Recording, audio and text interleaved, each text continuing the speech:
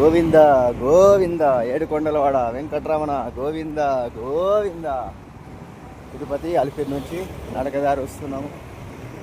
ఆ దైవుడి దయ వలన తన దర్శనం చేసుకోవడానికి బయలుదేరినాము.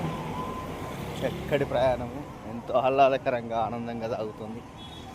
ఏడుకొండలవాడ వెంకటరమణ శ్రీనివాస గోవింద గోవింద.